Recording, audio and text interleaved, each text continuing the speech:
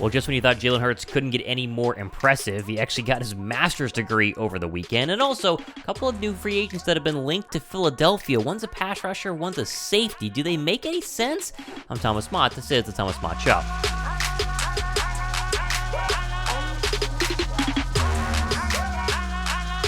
What's up, guys? Thomas Mott here. Welcome to the Thomas Mott Show on a Monday. Thumbs up and subscribe if you are new here. If you've been here a while, go ahead and hit the notification bell where you're notified when we drop the latest stuff. Okay, let's start with the fun story of the day, and that is Jalen Hurts graduating from college again, or I guess getting his master's degree from the University of Oklahoma. Dov Kleiman has the tweet here. Isn't this just incredible? Quote, Eagles quarterback Jalen Hurts got a master's degree from Oklahoma in human relations. A Super Bowl trip, $255 million contract, and a master's degree. 2023 has been a heck of a year for Jalen.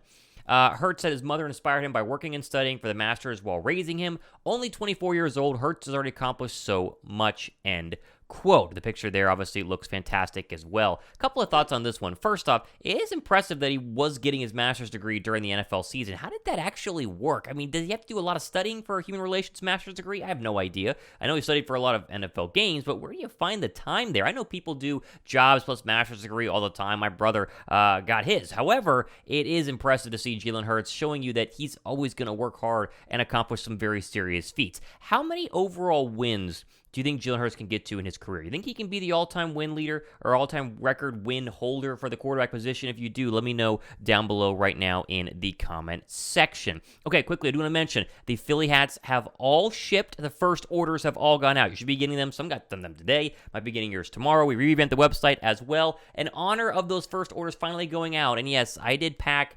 over 50 of these hats individually and ship them out. We still have a couple of white, couple of black left, and the promo code Mott will still get you 20% off. So for those of you guys who have not ordered one yet, a little bit on the fence, keep the promo code going. We use that promo code Mott for 20% off down below. The whites are really clean. A couple of those have shipped with the 3D black stitching right there. Go to PhillyHats.com. And also, while you're at it, if you could follow it on Instagram, I'm trying to build the Instagram following of the Philly Hats. So you see it on your screen. It'll be linked down below as well. Pick up your white or your black hats because they're in stock now, and I ship them basically the same day or the day after, depending on what time you go ahead and order them. Okay, over here to a Bleeding Green Nation article that mentions PFF. They had this whole thing talking about one final move every single team needs to make during the offseason, and Philadelphia was linked to Duron Harmon, the safety. And this is interesting. Throw it up on the screen. Quote, Harmon has logged more than 1,000 snaps in 3 consecutive seasons, a valuable source of reliability with Philly's current position group, largely made up of younger and or inexperienced players. Harmon averaged 77.6 cover grade in 2022 with multiple interceptions in the 6th year in a row to go along with the career-high 67 tackles and 11 defensive stops. At a very strong Eagles draft and also addressing potential positional needs, there are effectively no holes on this team's roster. Depth at tight end was an area we planned to mention here, but Philadelphia went ahead and added free agent Dan Arnold, end quote. So they kind of, let the real meat of this argument out at the very end, saying they don't really have depth, but we have to pick somebody. Safety makes some sense. I like Duron Harmon. I do like the fact that he obviously was having one of his better years in 2022 in terms of overall tackles. Again, multiple interceptions. I don't think it's necessary. I don't think it's needed. I think Philadelphia's roster is as good as you could possibly make it right now. Sure, if you brought in Budda Baker, maybe you could get a little bit better. Or the pass rusher we're going to talk about here in just 1 second, I wouldn't mind bringing him in as well. But bringing in another safety not named Budda, like a safety who's not guaranteed to start, just doesn't make sense. I mean, you drafted Sidney Brown pretty high in the draft. They feel very confident in him. You signed Justin Evans. You obviously went ahead and got Terrell Edmonds. You still have Reed Blankenship. Kayvon Wallace says he's going to be good this year. Don't know if that's true. Still, it just doesn't make a lot of sense to go out and get another safety, so I am out on Harmon. But I'm curious where you guys are at in terms of the overall safety depth chart. If you think the safety depth chart is good to go, give the show a thumbs up. If you'd like to add Harmon, let me know down below because I'm curious where people are at. If I'm wrong on this, I think the safety group's going to be pretty good this year. It might even be better than it was last year, depending on how good, Blankenship progresses or Terrell Edmonds is as he starts or Sidney Brown, kind of the wild card there. We'll see. Now, the other player that was named in terms of a linking to Philadelphia, it's interesting. It's the pass rusher Leonard Floyd. Now, he was named as a, landing spot that would fit in Philadelphia, but I'm not going to say that it actually means it's going to happen. So let's go ahead and break this down here. Quote, And so along comes the idea of general manager Howie Roseman finding a way to bring Leonard Floyd into the fold. Eagles have been named as a landing spot for Floyd by at least one media outlet with the argument that the fit makes sense. We're not so sure. The Eagles are coming off a season in which they had 70 sacks for the record, and we literally mean for the record, and that is an all-time franchise high and just too shy of the NFL single-season sack mark of 72 set by the Bears, blah, blah, blah, blah, blah, and they went ahead and drafted defensive players like Jalen Carter and Nolan Smith. Now, the other issue you see here is what Sportrack says is the money. So they've projected him to be a $13.7 million a year guy. 3 years, $41 million is what he's worth. So, all things considered, Leonard Floyd isn't worth that to the Eagles. But maybe a phone call is merited to find out what winning a ring in Philly would look like to Leonard Floyd. You forget that Floyd is a free agent, right? You almost think to him being an elite pass rusher, does he make some sense? He is 31 in September, but short term, maybe it makes some sense overall for Philadelphia. He had 31 pressures and 9 sacks last year. That's a pretty big number. In Philadelphia, each of the last couple of years have brought in an aging pass rusher to see if they can kind of, find gold during the final years or year of their career. I think Chris Long was kind of the blueprint, the mold there, and then they went and got Ryan Kerrigan. Now, Long didn't work out.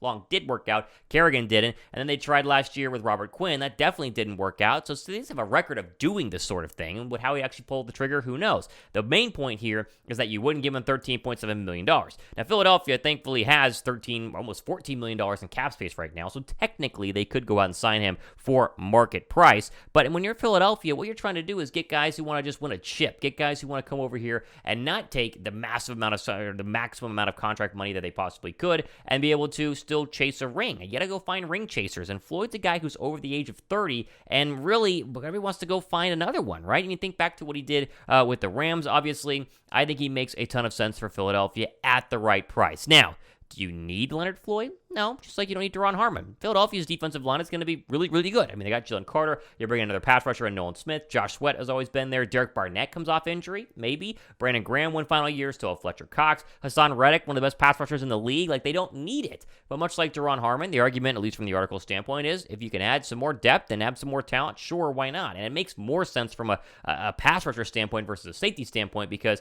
the Eagles like to rotate their pass rushers, and no pass rusher in Philadelphia plays, an infinite amount of snaps or is on there for 98% of every single down that they possibly could play. So I think it makes some sense. Will it actually happen? I'd give it like a 20 or 30%. This would be something that if Philadelphia for sure had an injury, they would definitely call Leonard Floyd, maybe during training camp. But right now, unless Floyd would take $7 million a year, $8 million a year, I don't think it makes a lot of sense. So I'm going to say probably not, but at the same time, there's at least still a chance, and so go ahead and bring it up. Okay, final story here quickly. Let's bring up Carson Wentz. I know people wince whenever I say that, no pun intended, but Jeremy Fowler has an update here on Wentz, who remains unsigned. Quote, according to Jeremy Fowler of ESPN, Wentz is open to any role, and while that theoretically could include being a starting quarterback, the fact that he's not a team, had not had a team since May 15th, suggests it would have to be a backup. Fowler added the former number 2 overall pick had received interest from teams, and he might wait longer into the offseason to see what develops, end quote. There's a news report saying that Carson Wentz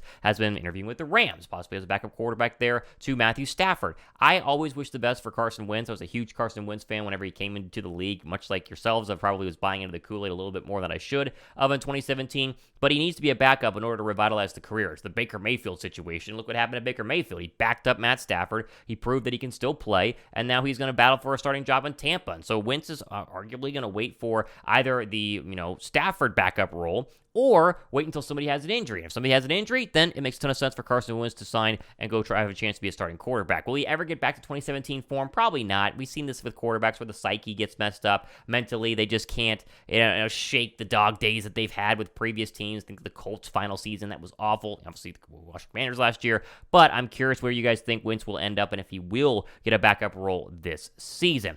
Okay, ultimately today on this Monday edition of the Thomas Mott Show, plenty more stuff happening next couple of days and weeks. If you did get your hat today or you get it tomorrow, post on social media and tag me, and I'll throw it up on the official the Philly Hat Instagram page. So still pick up the black and the white. They are still out there. I'm Thomas Mott. This has been the Thomas Mott Show.